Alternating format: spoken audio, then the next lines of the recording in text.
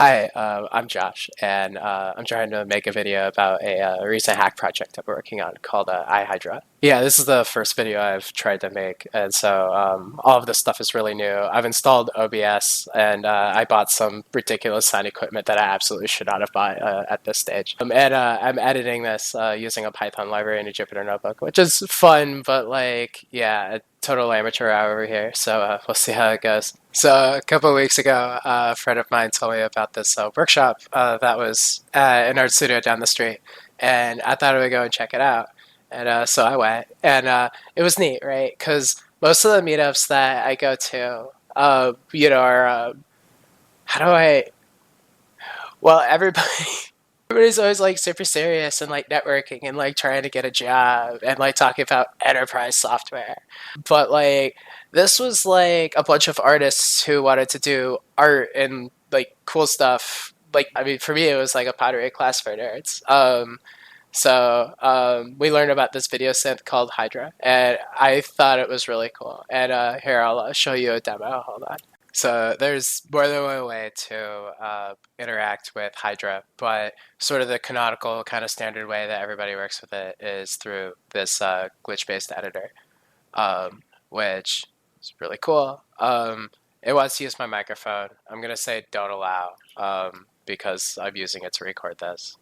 So this is the README. It's written by Olivia Jack, who is on Twitter, and was the person giving the workshop. And yeah, so this is basically what you see, right? And you got these like cool visuals, but here's the neat thing. So if you change a number, so let's make that 5, and if I press Control Shift Enter, it'll do stuff. That one wasn't very dramatic. Maybe this one's better. Yeah, see, so you can do all kinds of stuff in here, and we can. I think this will get us a yeah. So these are other things people can do, and it could actually hook into your audio, and your webcam as well. None of these are really showing that off. So iHydra, in case you didn't notice, runs in the browser, and it uses WebGL underneath the hood.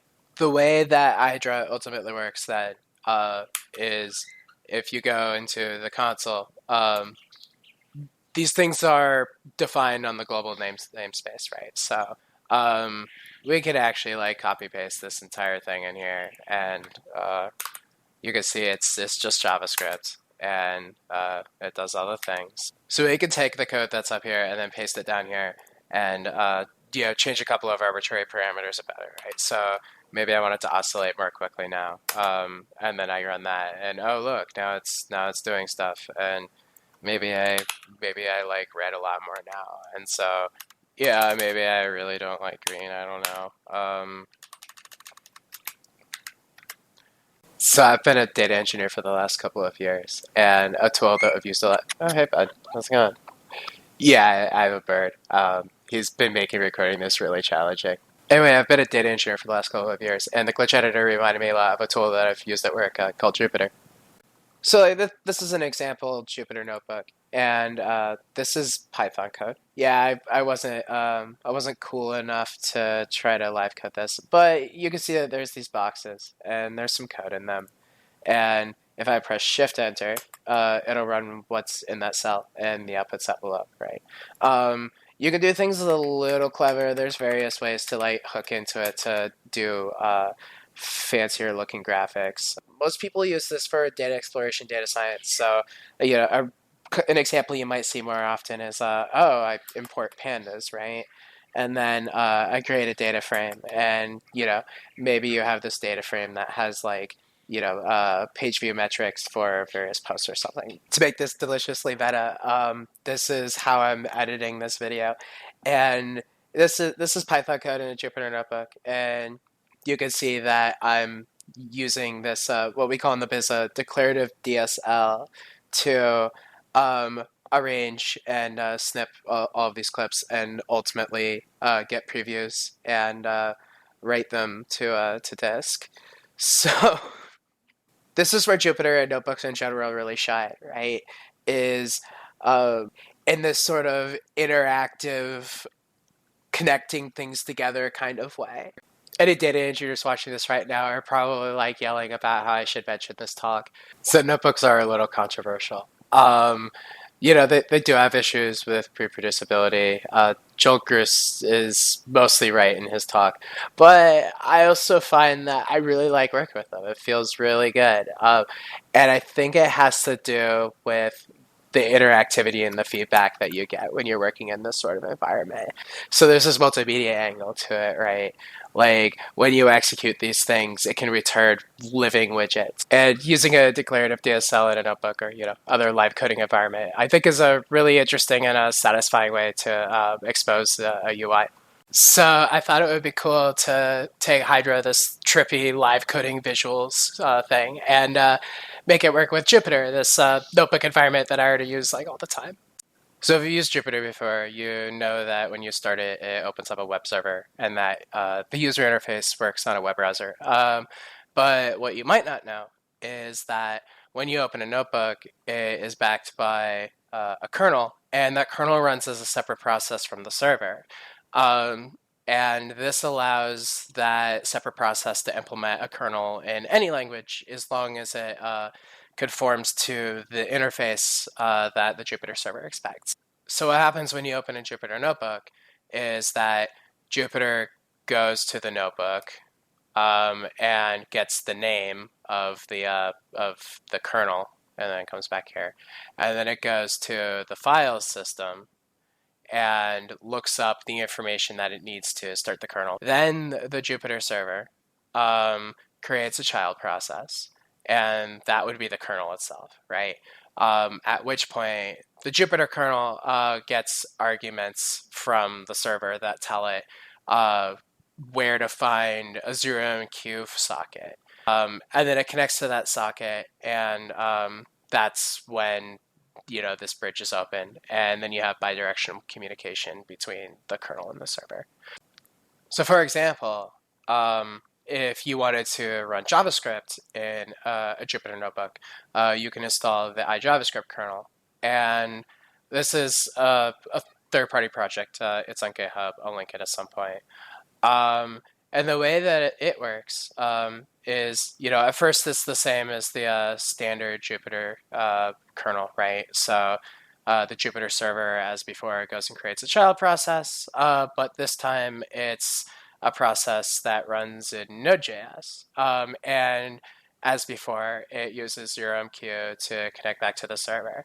But sort of an interesting kind of internal implementation detail of iJavaScript is that it does sort of a rudimentary form of sandboxing by creating a child process of its own, which runs the actual JavaScript code. And so that's another call to Node.js with the -e flag and a serialized bundle. And that uses process.send to do communication back and forth between these. And so, sort of the round trip, right, is you go ahead and edit your JavaScript code and then you mash go. And then that message goes to the kernel via ZMQ, and then gets forwarded to this child process via process.send, and then it goes back to the kernel process, and then back to the Jupyter server. It turns out that that sort of the architecture of iJavaScript is coincidentally quite conducive to being refactored to work with Hydra. And so, as you recall, Hydra runs in JavaScript, and it expects to run in a browser environment with a global window object. So the change, right, is instead of having a child process of running in Node, you have a renderer process with a window in Electron. And instead of using process.send, you end up using Electron IPC, right? And so in IHydra, my project, when you type in some Hydra code and you mash go, as before, you create a child process, and as before that connects back to ZMQ. And that uses a modified iJavaScript kernel that runs in an Electron app. So this is an Electron main process. And so what happens from there is instead of creating a Node.js child process, it creates a window. It creates an Electron window. And that creates a render process that then runs a modified version of the original child process code inside of iJavaScript. And then that communicates back and forth via Electron's IPC. And then that goes back to 0MQ. All right, so it's demo time. Yeah, so nothing crazy. I'm inside of the Hydra folder, as you can see. And we're just gonna go through the whole workflow. I don't have a production build of the installer, but if we do npm run dev, that will start the standard entry point. This is all Webpack. You can see it's starting Electron, GG. And yeah, here's the installer. So, yeah, it's just this tiny little thing right here. And, you didn't really see what it was doing before, but behind the scenes, it loaded a bunch of stuff. If you go to the About page, this shows like a bunch of details. This will work expanded, so if you wanted to pause and read it, you could. But it's pretty similar to what's in the standard README. And then if you go to the launcher, you can install IHydra. Before we get into that, you can kind of see that that we've already done some like investigation of like figured out how we're going to be able to run Jupyter, how we're going to be able to kick off the kernel command, and so on and so forth. So yeah, we install IHydra.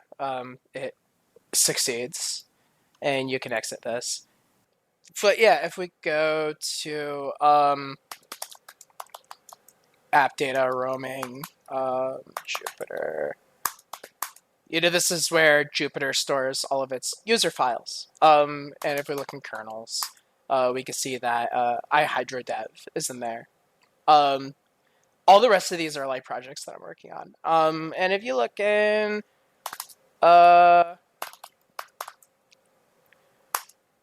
so if you look in here, you'll see there's a file called kernel.json. And if I crack it open, oh,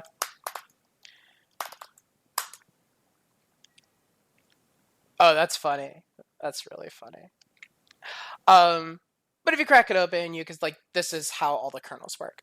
So when Jupyter tries to start this kernel, it'll open up this file, and then it'll parse this as JSON. It'll be like, oh, cool. So that's how you run it. You can see that it's templated, so it gets this connection file, and that's how it learns where the sockets are for 0MQ. So that means it's now that the kernel's installed, we can run it inside of Jupyter. And so I happen to have Jupyter installed in the base environment of Conda, and so I can run Jupyter Lab, and that will crack open this notebook environment. And I happen to have a demo notebook already open. And so, yeah, there you go. So if I open this, it fires up the IHydra kernel. And if we go back here, we can see that it's, again, running Webpack. And this is the window. This is where the magic is going to happen. And so, if we got to put these side by side, again, I'm not cool enough to do this live, but I have this demo notebook ready to go. And so what I've done here is I've defined a couple of little helpers based on a sketch that I did during the workshop. And that hooks up the webcam, which is cool. I think the webcam is busted. Hold on. A few moments later. All right. So like I was saying, now that OBS isn't taking control of the webcam, we should be able to crack open that demo. All right. And so that does its thing. I have this render call in a separate, and so It's hard to tell, maybe, but that blue blob is me, and that red is my couch. Um, and then this is where I can like really, really, really show off the sort of power of this sort of notebook interface, right? So I defined these functions earlier. And the reason that I did that is because I wanted to bind different cells to different behaviors to make it really easy to switch between them. And so this is the one that's already going on, and that's fine. I have one that'll change things up a little. This is on the flower pattern, which is the piece in the back. Um, yeah, this one looks really cool. I like that one. There's some other things we could try. Oh, great. My webcam like actually went out this time. That owns. 3 days later. All right, we're back. So, once again, we should be able to run this, and run this, and yeah, see, so the webcam is back. The webcam is back, baby. And so, we could change the sort of flower pattern by running these different cells. You can see it looks different every time. I very, very much like that one. I'm a huge fan of it. We can change what happens with the webcam in the background as well. You can see it looks very cool. Ooh, yeah. Bring it back. And yeah, that's basically the IHydra experience. So first of all, I should acknowledge that new webcam, and actually I'm using a Yeti mic too. Yeah, this guy. But yeah, I did want to close this video out with a little bit of a retrospective where I talked about, sort of how working on this project went, well, what didn't. So first of all, when I started working on IHydra, I really wanted to prove that I could ship a complete product. I feel like I've in general had issues with follow through, and I hadn't really shipped like a proper feature or like a product in a while, and I really like wanted this sort of confidence boost. But this all took way longer than I initially guessed. I originally thought that I would, bang this shit out in like a week, that it would just be like a cool little quick hack project. But doing the code took like 5 weeks, and then making this video took another month, off and on. But even so, it took a long ass time. And, as far as the actual project goes, I got like 95% of the way there. So first of all, the scope like just blew up like crazy, because I thought what was going to happen is that I was just going to, go in there and like change a couple of things, just whip it all together and everything be fine. But as I built it, I kind of realized that I needed this launcher UI as well, and then that sort of dragged in React, which I didn't count on originally having, and that brought in Webpack. It turned into a whole thing. And in order to work with Electron, JavaScript really needed some pretty extensive refactors. I think in the architecture diagram, I was like, oh, we'll just like cross out like Node and write Electron, but it wasn't quite that simple. Something else I noticed is that Electron isn't particularly opinionated. You end up having to like hand roll a lot of your own stuff. A lot of the tech decisions are pretty a la carte in that sort of like NPM, like one little module kind of way. And this is true for like a surprising amount of stuff. So a lot of people, I think, when they work with Electron, end up grabbing just a boilerplate. So there's like an Electron React boilerplate that I've like tried using before. And if you pick something like that, it makes all the decisions for you. But because I was starting with a non-Electron project and refactoring it to be an Electron project, I ended up taking a lot of that stuff to the face. And so that was a bit of a goat rope. So architecturally, this project didn't really come that naturally to me. In the context of web apps, there's all of these conventions and frameworks that I'm already quite familiar with because I've worked on web apps extensively, particularly in the back end. But in Electron, right, it wasn't really entirely clear to me how to build models, given that I didn't really have a database on the back end. And kind of what ended up happening was, so in most of my apps, I tend to build like a config object that pulls in environment variables and CLI params and like maybe like loads a TOML file from somewhere, and then that turns into like a singleton config. But that abstraction, when I tried to build it here, kind of ballooned into sort of like a weird modeling layer, immutable config DSL. It actually turned out to be a really big chunk of the project. And it was okay. It felt a little weird. It didn't really feel like I was supposed to be doing, but it more or less did the right thing. I also feel like Webpack and React made things a lot more challenging than they had to be. If I'm just writing like JSX components, I actually enjoy that quite a bit. But actually getting everything to work together with Webpack and sort of asset pipeline, especially in the context of Electron, is actually really hard. And I'm a pretty impatient person. If I like run into a wall, I tend to get really frustrated and have to put it down for a while. I like kind of, pout for a while. And, Webpack was kind of that thing for me, right? It would be like, okay, I'm working along, and then Webpack breaks, and there's, there's no clear error message, right? It's not really obvious what I'm supposed to do to fix it. And then when I would, go on the internet and try to like seek out help, I didn't really find the community very useful. And I'm like really, really trying to do my best to not be a jerk about it. Even though I kind of was when I ran into some of these roadblocks.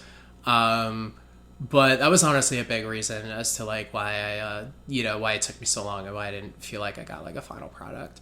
The build tooling was the thing I got stuck on. So I sort of got to the end of this thing, and I like fought Webpack all the way, and then I decided I was going to try to write tests, but it wasn't really clear how to shove tests into this project, and and so I like threw my hands in the air on that and was like, oh, I'm just not going to write tests, right? And then I'm like, oh, well, I'll just like do the build, and then I'll like get it out there and I'll be done. And then the build breaks for reasons that I can't really explain. I talk a lot of shit about the Webpack people not really wanting to offer support. The Electron people are very upfront about that. And in fact, when I went to file an issue on the Electron build project, the issue tracker literally said that if you wanted support, you had to pay the money. At which point I was just like, this is not worth it to me. So this put me in a situation where I felt a little disappointed because I really wanted to like have something that was like quote unquote finished. And if those are like, I'm gonna meet those goalposts, like this project didn't really get finished. But if I consider that there was this like huge amount of scope creep, that there was never really anything writing on this other than my own pride, that I learned a thing or two, it felt pretty good. I would also add that making this video has been an experience in and of itself. It was pretty involved. I had to buy a bunch of sound equipment, like I may have mentioned before. I started making this video, I started making this video in late February, and it's now March 19th. And so much has happened. My webcam broke, and I got a new webcam, and coronavirus happened. I got a haircut. I changed my clothes. Kidding. I've done this more than once. Yeah, man. This is, like I said in the beginning of the video, this is all like very definitely like amateur hour. I still at the end of the day enjoyed making this video, and I feel like this sort of process sort of salvaged this project in my mind. In light of that, I feel pretty good about it. I feel good about like how this went. Anyway, that's IHydra. That's the project I'm working on. I hope this video is okay. Like I said, this is basically my first one. Anyway, I'll put links in whatever descriptions are attached to this video when I put it online. Thanks for watching.